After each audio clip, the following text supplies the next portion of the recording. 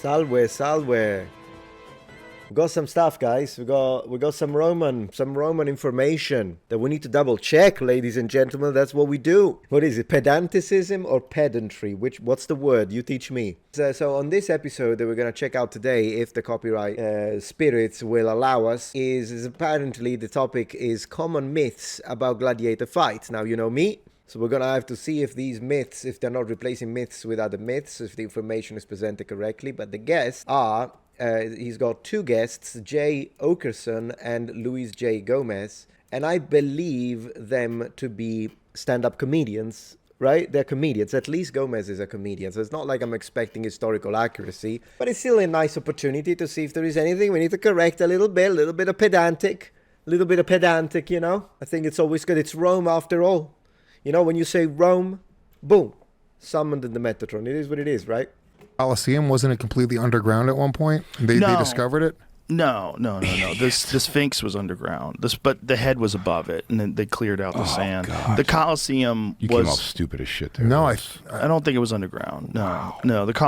Why is he saying wow? Well, again, these are comedians. Do remember that these are comedians. Okay, the Colosseum wasn't underground. I mean, no, the Colosseum wasn't underground. Maybe the only way I could say how he could have got confused by that is the section that is under the ground, because of course the Colosseum has a whole section that is technically underground. It was added by Domitianus. Let me say it correctly once. Okay, I'm not gonna pester you with the Latin names, but at least once. So maybe that's what he got confused with. What do you guys think? Yeah, not even the foundations, when they put all the tunnels, chambers, and cells underneath so that they could lift up animals and soldiers and whatnot. That was added by Domitian later. Maybe that's what he was talking about. I don't know. But anyways. The Colosseum has always been there, but they did used to be able to get water in it. They used to have water fights. Yeah. They'd have boat fights in there. It was crazy. Bro, imagine. In Imperial, I'm going to interrupt him a lot, just so you know, so we don't get copy claimed anyways. The idea of the Colosseum being flooded, these are called naumachia, and they are basically recreated naval battles, and they can be done both for gladiatorial games or for criminal executions. So it could be gladiators on top of those ships, and they simulate the battle, and then the Romans go, wow! Or it could be criminals that are sentenced, and so they're like, okay, you go out on a fight during a battle, so the people, like a naval battle. So yeah, no, those were done in the Colosseum exclusively in imperial times until Domitian built the underground sections, and then they can't flood it anymore. But they did, yeah, no, they do that. In the Republican period, they still did the naumachia, by the way. They would do artificial digs where they would put the water, so not in amphitheaters. They started doing them in amphitheaters, including the Colosseum, during the imperial times. I'm going to speak a lot today, am I?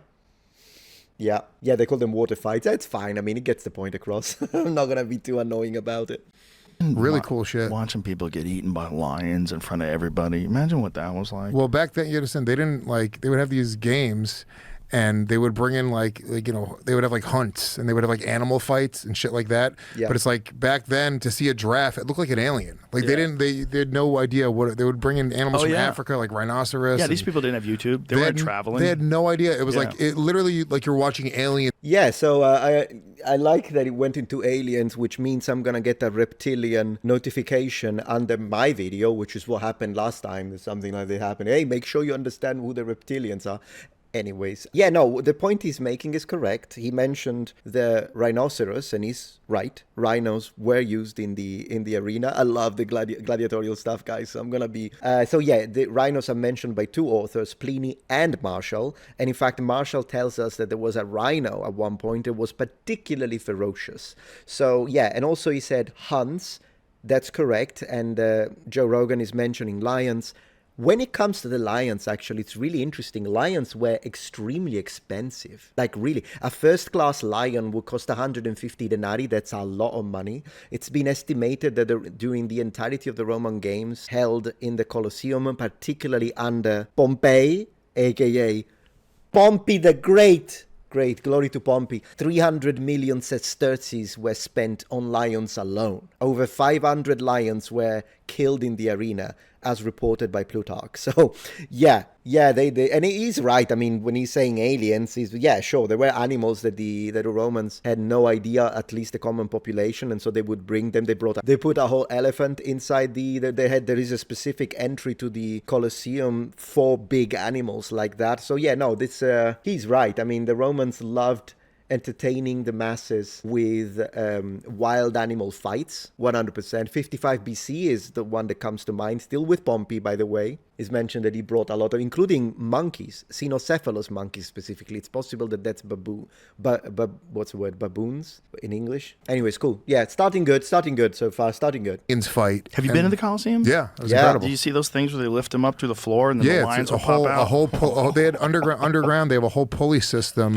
where like they have elevators and they would have slaves like pulling people up, and it was a whole show. It was a really cool thing. I appreciate you saying slaves lower. If they had that right now, we would watch it. Yeah. What did he say about slaves?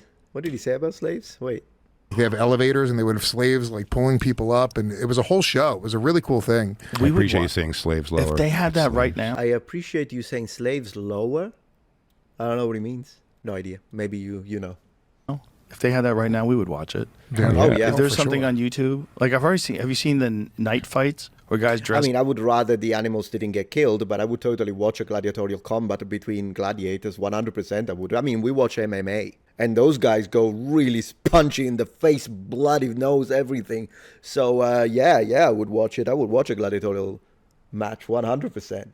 The entry to the Colosseum Games was paid or free. Usually, it's paid by the sponsor or the emperor.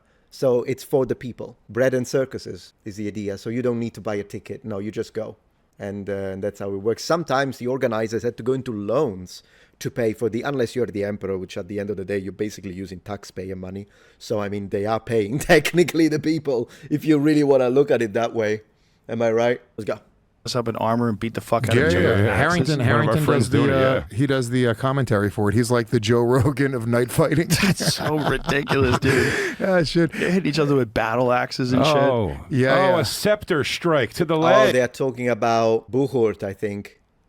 But it's like they look tough and then they take their helmets off and they're just fucking virgins. It's like just these really nerdy fat dudes. I don't know, man. I mean, some of those Buchurt people, if they are talking about Buchurt, Battle of the Nation, no, I think they're pretty tough, to be honest. That stuff hurts, you know? Some of them know how to fight, though. I've seen ones where guys take guys down, leg kick them. They're MMA guys that are getting into it. It's just another like outlet. Another outlet. Part of the floor of the Colosseum was buried until the mid-19th century. Oh, you were right. There you go. I knew, One floor. I don't want to correct you. Hypogean floor lay buried under 40 feet of earth. All memory of its function, even existence. What is that the what? Floor that lifts up? Is that what that is? No, okay, they got confused. Yeah, they are talking about the hypogeum with a long air, by the way, hypogeum.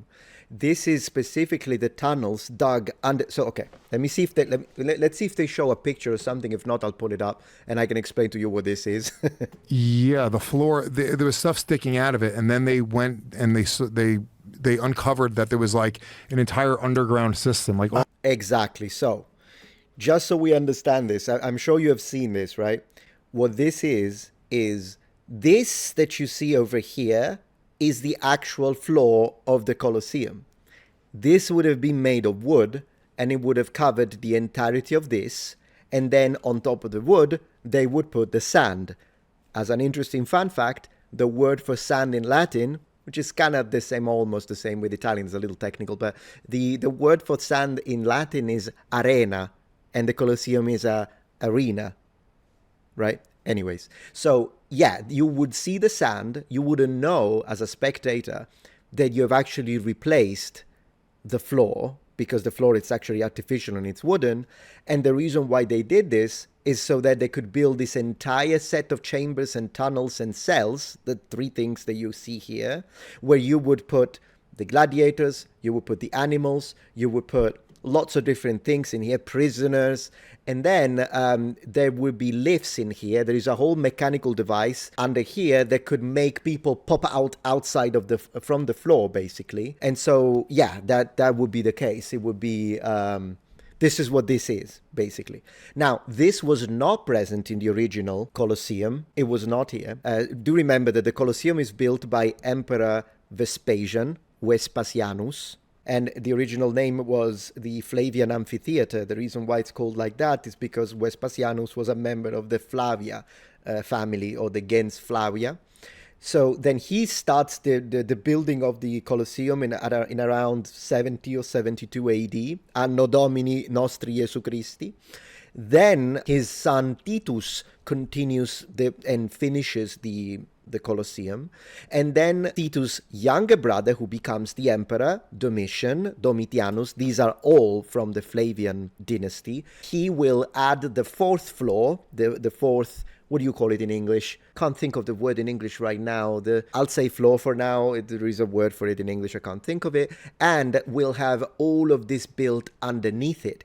And it is possible, because we still don't exactly understand how they did the flooding of the Colosseum. There are some hydraulic mechanism in it connected to some of the aqueducts, but it's not 100% understood how it was done. The sources tell us that the Romans were able to very quickly flood the Colosseum and then bring in the boats. It is possible, however, by one of the current understanding of how this worked from a mechanical standpoint, that after Domitian actually did this, the Colosseum became a lot more entertaining, but they stopped doing the naumachia, aka the simulated naval battles, because it was difficult to flood the Colosseum when you basically didn't have any more an actual floor. But we don't know if that's the case. We don't know if that's the case. Story, thank you. That was the word I was looking for. Story, the fourth story. Anyways, that's the story of the story. And yeah, so he's correct that this was unearthed later. The rest of the Colosseum, yeah, it's been there for a while. All this shit. It was actually really underground. So did recent. someone cover it up? Did you go back to that description, Jamie? Because I think it explained that someone covered it up. Well, I mean, they created a simulated wooden floor and put sand on it. Read most of Rome, so I'm sure it was part of it. I wonder why they did that. They were using all this shit for the tour that I did of the Colosseum was boring as shit. Mussolini fixed it. The guy wasn't all bad. What were you saying, Jamie? What'd you say? They were using the pieces of the city for construction. Or I wish all Mussolini did was architecture, because some of the fascist architecture is actually pretty good looking. We have a postal office in Palermo which was built under fascism, and it looks great with the columns and whatnot, very square. So it's a little... I just wish the fascists stuck to architecture, to be honest. I'll be honest with you. But yeah. Whatever else they're building, new stuff, you know. No, he's a comedian. He's a comedian. Don't take him seriously. He didn't actually... What he just said, he's serious. No, these are two comedians. So let's keep that in mind. Okay? So these are stand-up comedy people. The pyramids. People shit on Mussolini. I'm pulling that right because they go, Limestone Mussolini, what a monster. I go, clean the floor of the Colosseum. They did that with the pyramids. They stole the fucking stones from the outside of it. Yeah. Well, People are so gross. Yeah, it was crazy. Well, It's remember like the Trevi Fountain a few years ago in Rome? They poured like black ink in it or something, just protesters. It was like, and they... Jail. Immediately. It's just like those people that go with the little cans, spray cans, and spray over Stonehenge. Or the people that go and spray can famous paintings by, I don't know, Raffaello, Leonardo, whatever, Donatello, whatever the heck. No. Jail. Immediately. I don't even care. How is it going to help whatever important message you want to spread? When you do that, you create public outrage, which means you're not helping your cause. So it needs to be something that... And plus, it's illegal. It's illegal to do stuff like that anyways. Anyways, let's continue. Let's go. This is so far, it's good. 2 minutes, 56 seconds. Literally had to drain the fountain, and it took like however many months to clean it. It was fucked up. The Colosseum architects made changes to allow new methods of stagecraft. Other changes were accidental. Fire sparked by lightning in 217 AD gutted the What do you mean accident? That's Zeus, Jupiter. Stadium, sent huge blocks of travertine plunging into the hypogeum. What? That whole area is so nuts. 217. That's a lot of words. How do they have those facts? Colosseum was really cool. I'm sorry, what? Sparked by lightning in 217 AD, gutted the stadium, sent huge blocks of travertine plunging into the hypogeum. What? That whole area is so nuts. 217. That's a lot of words. How do they have those facts? Colosseum was... It is so difficult. You're right. I mean, I know he's joking all the time, but I mean, that's history. That's how you get the facts. He's joking. He's joking. I'm going to consider that the other guy, every time he speaks, it's a joke. I'll do that. It's really cool. I learned more about it. I did like a gladiator training program with my son. Nice. They had it was like a little like place you went, and I learned so much about the Coliseum doing that, more than the tour. The tour was boring as shit. I went in like August. It was 110 degrees out. It was insane. He's aggressively trying to make his son straight. But I don't understand the joke because I don't know anything about his family life, whatever that means.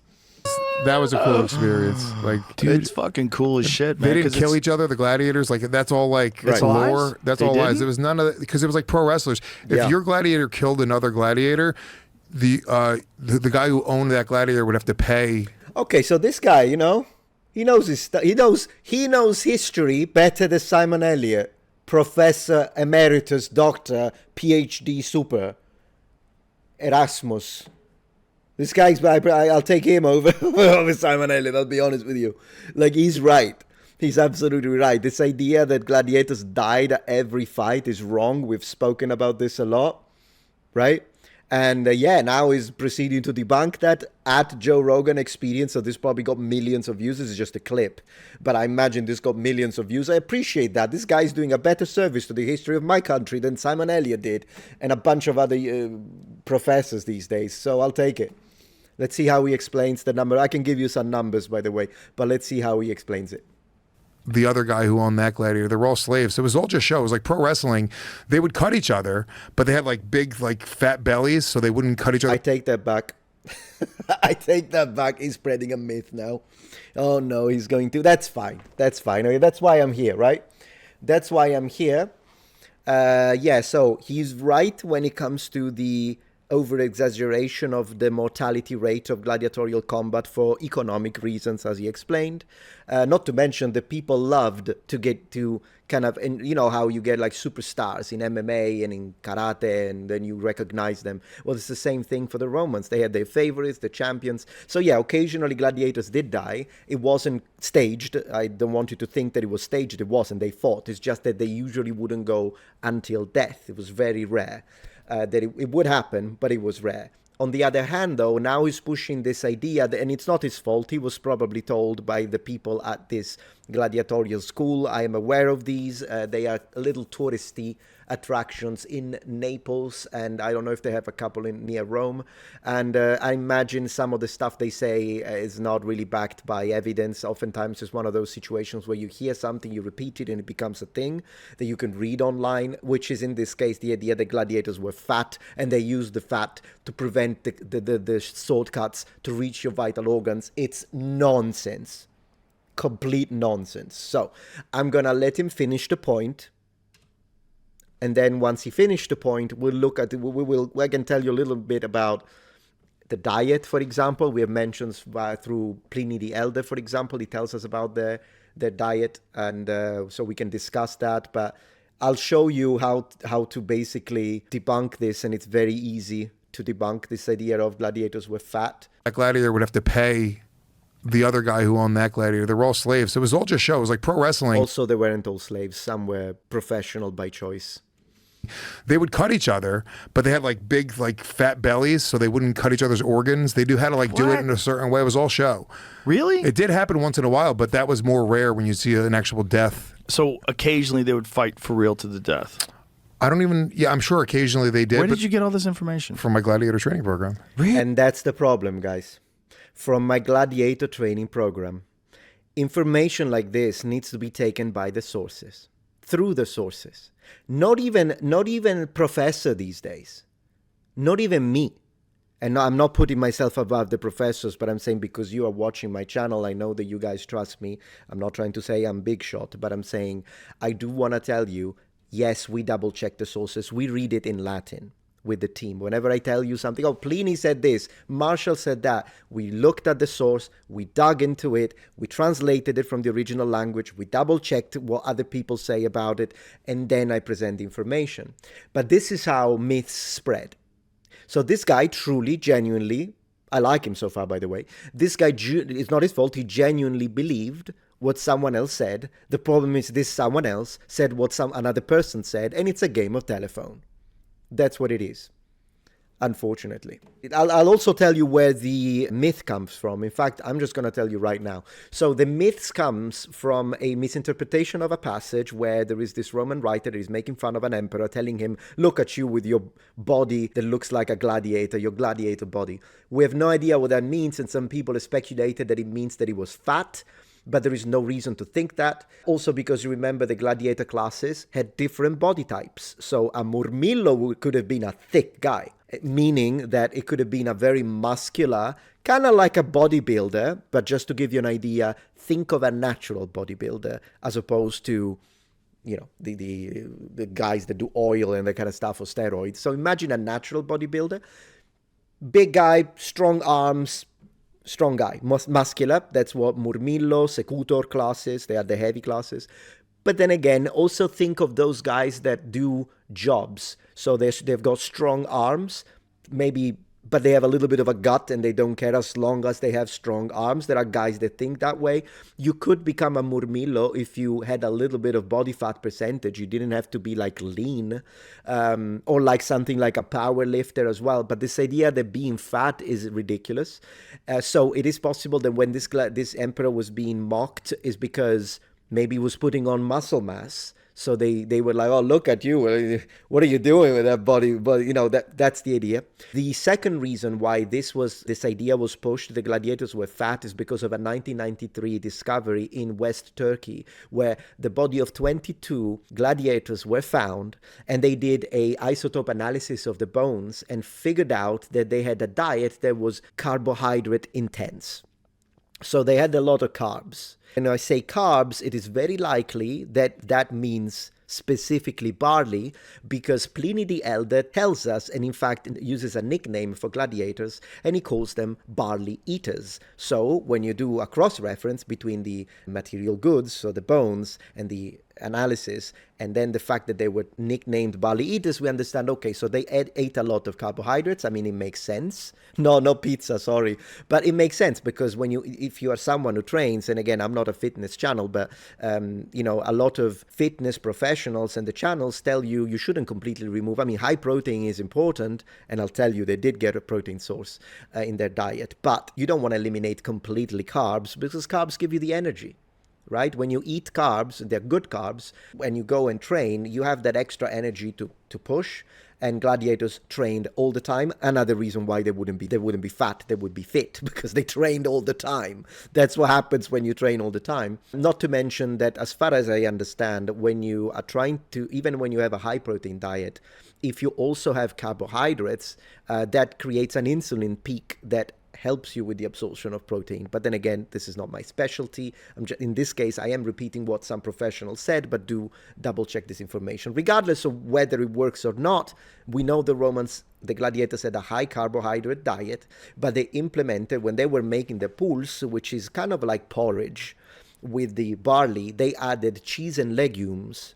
And then it's possible that sometimes they would add lard, but that's just a speculation. Anyways, so they got protein from vegetables, from cheese. They ate that. But once again, this is all. This idea they were fat is just based on this, that they ate carbs and that the one emperor was mocked for having the body of a gladiator. Also, what does that mean? I mean, Arretiarius would be a thin guy. So, I mean, maybe he was thin. I mean, they didn't specify which gladiator class anyways. And that's where the myth comes from, believe it or not, in the sense that they recognize that the fact that they weren't having enough, and take what I'm about to say with a grain of salt, but they did a calcium deficiency supplement. Now, does that mean that the Romans understood the calcium is a mineral and this mineral? No, but the Romans did understand that if you lack certain foods, that could cause some deficiencies that it could lead to some diseases and whatnot. And so they did create these supplements for gladiators specifically in order to enrich their diets. And the way they did it is that they took ash from bones and added it, sprinkled it onto another concoction that at the moment I forget the rest of the ingredients, but just to add that little extra calcium into their diet. So yeah, they weren't fat. It's nonsense. Plus, I mean, think about this idea. Oh, they had big bellies, fat, so that when they cut with live blades, they don't reach the organs. If that were the case, Why would the Romans even bother with armor then? Not to mention, we know that there were some degree of armor in the shield. It's just a myth that has been repeated. Anyways, I'm speaking too much. Let's go. Really? Yeah. The guy's certified. I mean, what are you gonna do? Argue the guy's But like the different weapons and the costumes they would wear and like the type of armor they would wear is like there was like, you know, whatever, like, you know, a couple dozen different types of guys, and you'd be like, oh, that's the guy with the fucking mace and like a certain helmet, and it was like it was free as well. All the people in Rome, there wasn't a ticket price. The government would sponsor it, so it was just to get people like, he's right, you know, keep them happy and keep them happy. Fucking the richer you were, the closer you were. Like all the peasants would be up in the rafters, right? But so the movie Gladiator's bullshit? Is that what you're trying to tell me? Bullshit. There was no thumbs down, thumbs up. He's correct. What? He's still doing a good job. I'll give you that. He's still doing a good job. Apart from the gut, that he rolled a 1. But the rest, it's true. Yeah, this is not a thing. This is not a thing. So, yeah, let's go. Common misconception that gladiators always fought to the death. Yeah. The winner survived and the loser died. Very rarely, and usually with special dispensation from the emperor, would there be sign miso battles, which automatically meant death for the loser. I would like to underline, this doesn't count as research. Googling something, this could be nonsense. So you still want to check the sources, or at least a reputable source. Particularly with AI, you got to be careful. Loser with no chance of being spared. So occasionally they died. Yeah. Very rarely they died. But they were like celebrities. Like the gladiators would come out and they were like, wow. Some historians say, oh, wait a minute, 1 in 5 died in battle. That's a lot. Others say 1 in 10. Yeah, that's what I mean. You see, he's just reading anything he finds, and then the number of people that actually died is a highly debated topic, and it's highly speculative. I've read several studies on it, including one published by the University of Cambridge, and it's highly speculative. The way they calculate that, and I want to give you an example on that. One of my favorite historical gladiators, his name is Flamma. The reason why I like him is, one, because he was a champion and was badass, but also because he's from Sicily, so you'll understand that. Plus Flamma, like flame, is such a cool name.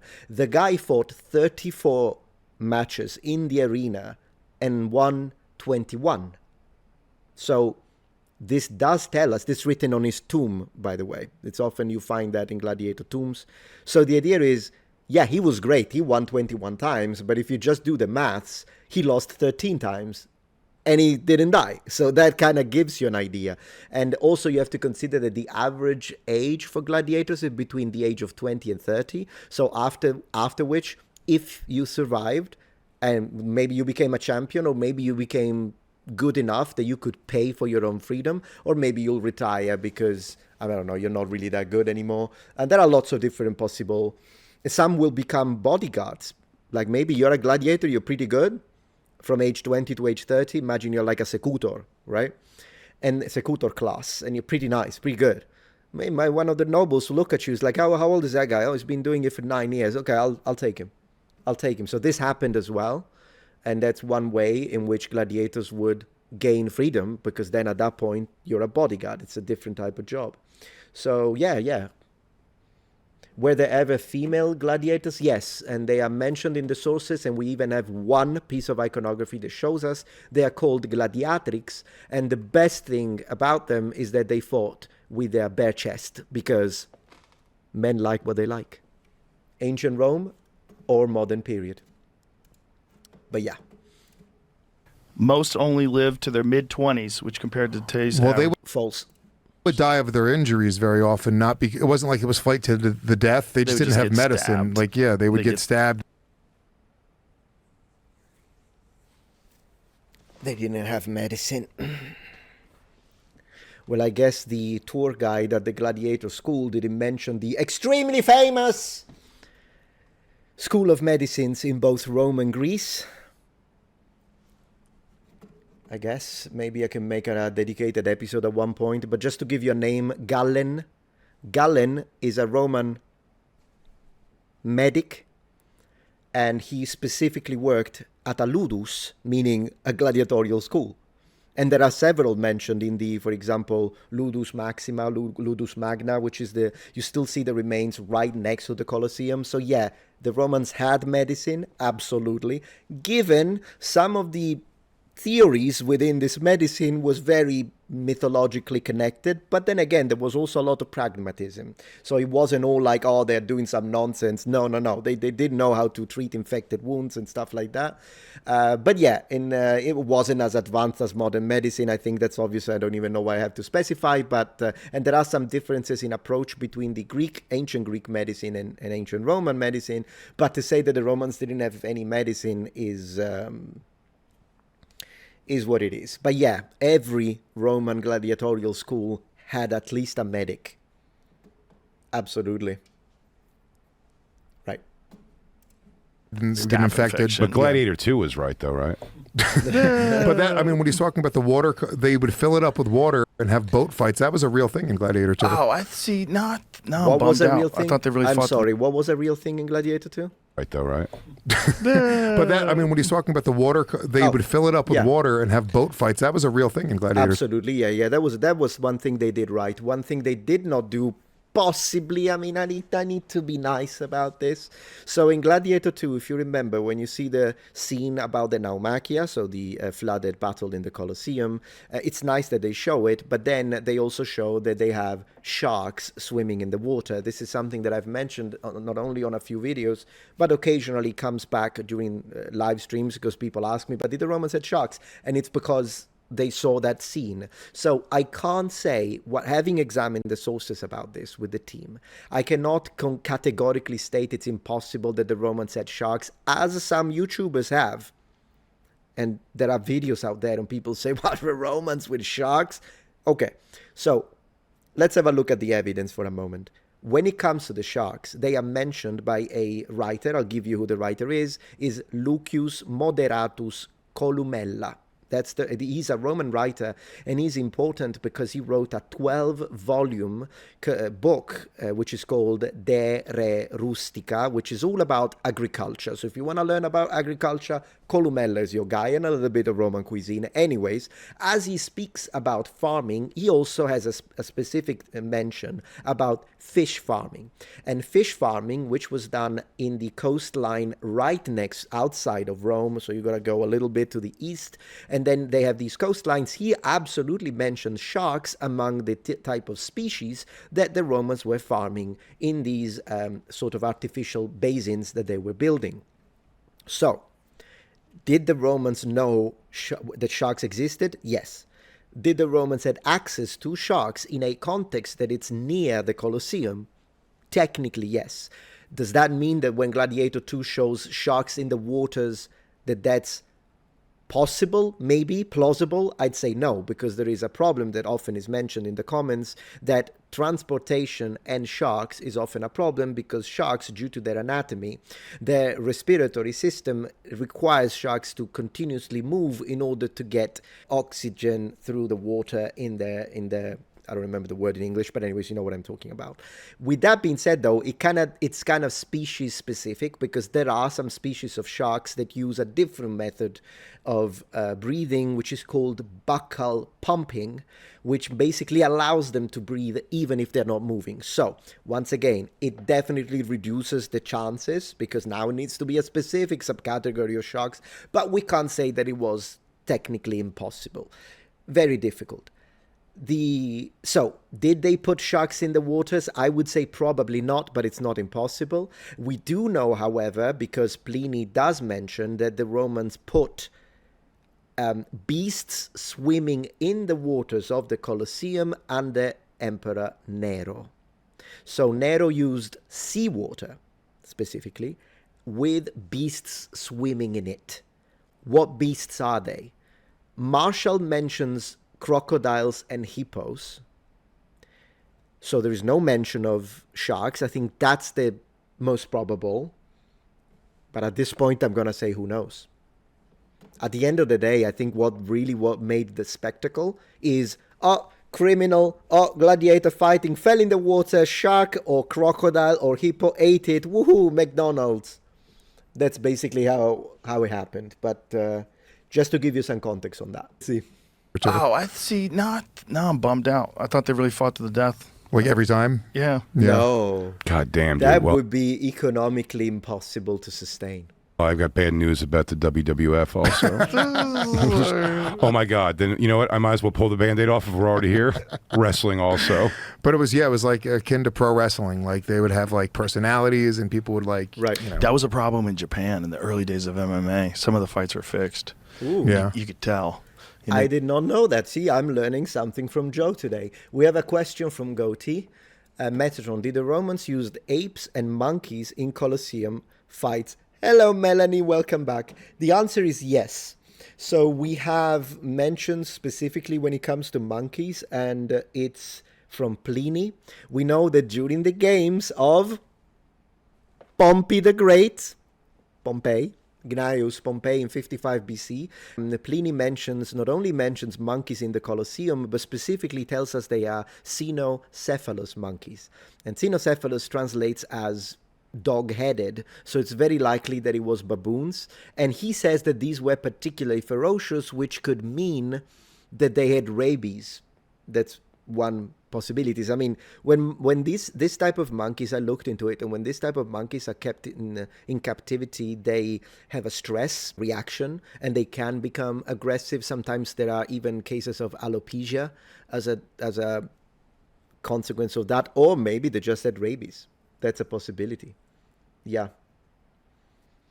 So yeah, monkeys were a thing. You could tell like certain guys would win by leg lock. Well, That's where you can stomp and shit they'd have too, professional right? wrestler, like promoters do those MMA fights. What does it say, This is Jeremy? describing the animal hunts they did, but I'll skip ahead to this part here.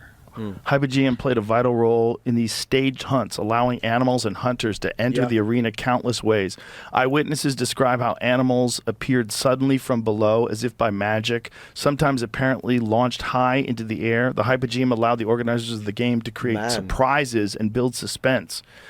A hunter in the arena wouldn't know where the next lion would appear, or whether 2 or 3 lions might emerge instead of one. Yeah, out of those like... Since I talked about a second ago, I think I mentioned the seawater used by Nero. I have to correct myself. I think I said that was mentioned by Marshall. No, Marshall mentions the rhino. It's Suetonius that mentions the seawater and the beast swimming in it. Apologies for the mistake. Trap doors shit. in the bottom. A lion would just jump out, and you're watching a dude like hunt lions. How cool is that, though? This uncertainty could be exploited for comic effect. He goes, guys, I'm not afraid of no bullshit ass lion. I fuck a lion. He's right behind me, isn't he? Emperor Galenius. Yeah, I wouldn't want to fight that. Anyways, apart from that, there were so far only 2 myths. But the rest was actually pretty good. And again, these are comedian. They're not. I'm not even like complaining about it. I'm just saying it's good that we are reviewing it. It's good that we are reviewing it just to make sure that the correct information goes to the public. Although then again, it's not like people are going to lose their jobs because now they think that gladiators had a belly. But for those who are interested, like you and I, history buffs, I think it's nice to correct. With that being said, they are actually doing a better job than a lot of the professors. And that's when I have a problem, when the professors with authority are actually pushing nonsense. Punished a merchant who had swindled the empress, selling her glass jewels instead of authentic ones, by setting him in the arena to face a ferocious lion. When the cage opened, however, a chicken walked out to the delight of the crowd. Galenius then told the herald to proclaim he practiced deceit and then had it practiced on him. The emperor let the jeweler go home. Cool. Whoa. So they let people, so it wasn't that Killed mean. him days later. They were less mean than we thought. Yeah. It was still pretty brutal. Well, it was fucking brutal. Were they brutal, though? We have to kind of compare it to us. We are bombing people all over the place. How are we really in a position to say, oh, the Romans were so bloodthirsty and brutal? We watch MMA, we watch boxing, we find violence entertaining. We are the same. We are the same. And it's not like our leaders are better. When I say, like, look at it globally. Look at it globally. In fact, if anything, for the period, the Romans were actually more accommodating. They're like, you pay taxes and you believe whatever you want. Now compare that with, for instance, I don't know, an Islamic sultanate in the Middle Ages and what they would do to the infidels. So like, no, the Romans were not brutal. I mean, they were, yes. But one, it's not the whole population. Let's look at the leaders. Let's look at because that's what we need to look at, the people who with power. The people wielding power. What are they doing? And by the way, just to be fair, the church, the Christian church burning people at the stake, although then again, that's exaggerated and it's post-medieval, but it did still happen. I think the Romans were humans. And if anything, when placed into their context, they were in fact more accommodating than many other populations. And that's how it is. Yeah, 1600 was pretty brutal, absolutely. Brutal time to be alive back then, man. Dude, 1 in 5 got to live. Relax. 1 in 10, maybe 1 in 10. Maybe even 1 in 10. No big whoop. I bet a lot of dudes were sliced up, though. You ever see those Nazi dueling scars where the Nazis and like, hey, careful with that word. Don't get me demonetized. Come on, man. You got millions. I haven't. They were in like military school. They would have duels with sword fights, and their faces would get slashed up, and that was like their badge of courage. So all the Nazis that came over for NASA. Man, stop using that word, for crying out loud. I already feel the red dollar sign. They all have these like crazy Nazi dueling scars all over their faces. Yeah. Seriously, okay, Joe Rogan. I know again, Joe. Can I call you Joe? It's in my book. Austrian Painter Fan Club. Austrian Painter Fan Club. Right? The Austrian Painter Fan Club of the naughty Germans. That's what you say. And you have to say the whole thing every single time. Everything. You ever Watch see him those? say it again. Bro, it's so creepy. They do the shit we do now in arenas too with like t-shirt guns.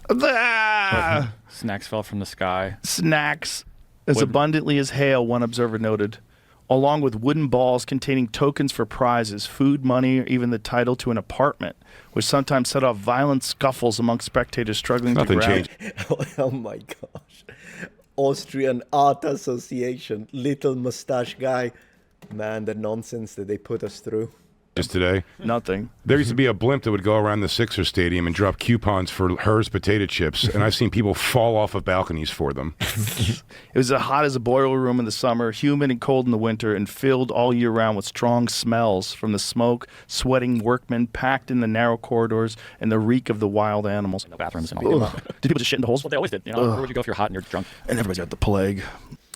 And everybody had the plague. All right. Well, no, it's. I thought it was going to be worse, actually. So I have to say, we had to correct a couple of things. We might have got a yellow dollar sign, but we didn't get copy claimed. I want to remove it immediately. And we're going to go into iconography a little bit very quickly before we move to the next item of today's stream that I hope that you're enjoying, by the way. You're going to return on screen soon. Let me double check that there aren't super chats that I'm disrespecting, because I don't want to be disrespectful. There we go. So let me have a look at the super chats very quickly, and then we'll look at iconography to see what these gladiator Muppets actually looked like. Tyler, what can you tell me about the practice of Baal leaping? No idea, but thank you for the support. Evil Black, I think I listened to this. Yeah. 2113 is not a bad record that would be considered pretty good in mixed martial arts even today. I agree. Yeah, you're right. Absolutely. Flamma was great. Tyler Brown, of course, they had carb-rich diet. Yeah, we read that.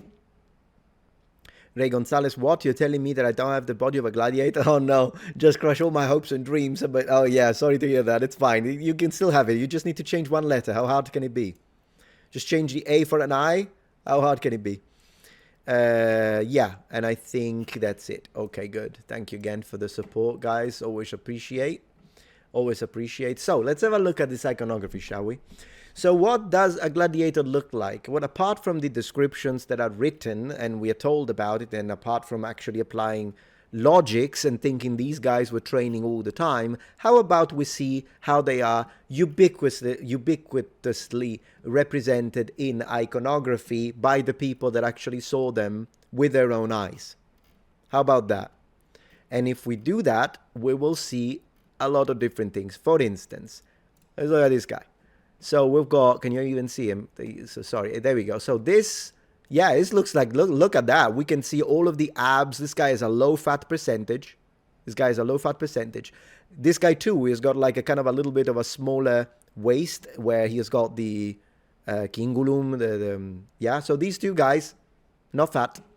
Anything else? Boom. Look at these guys. Big shoulders, big deltoids, pecs. Not fat. In fact, as I was telling you, these look like power lifters. These look like natural bodybuilders. Absolutely. Secutor. My man. This is a painting, doesn't count. Boom. Does this look fat to you?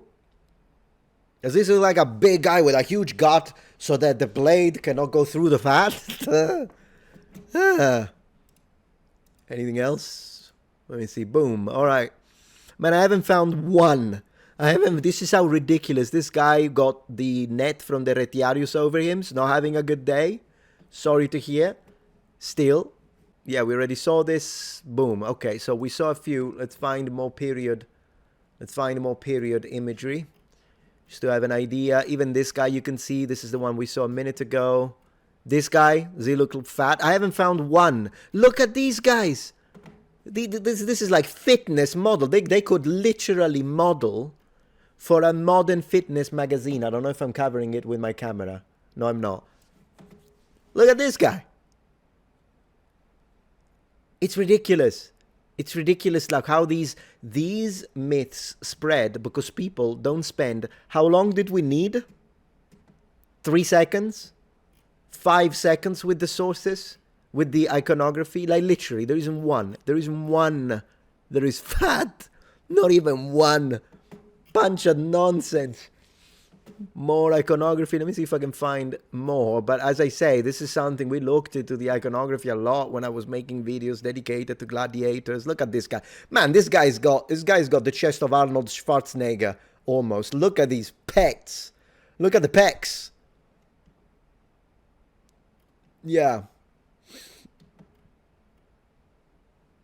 This guy, big guy. This guy, more guys. Yeah, these guys. Yeah. I think I made my point. More like look at the muscles. Like these were fighters. These were fighters. Come on. Oh my gosh.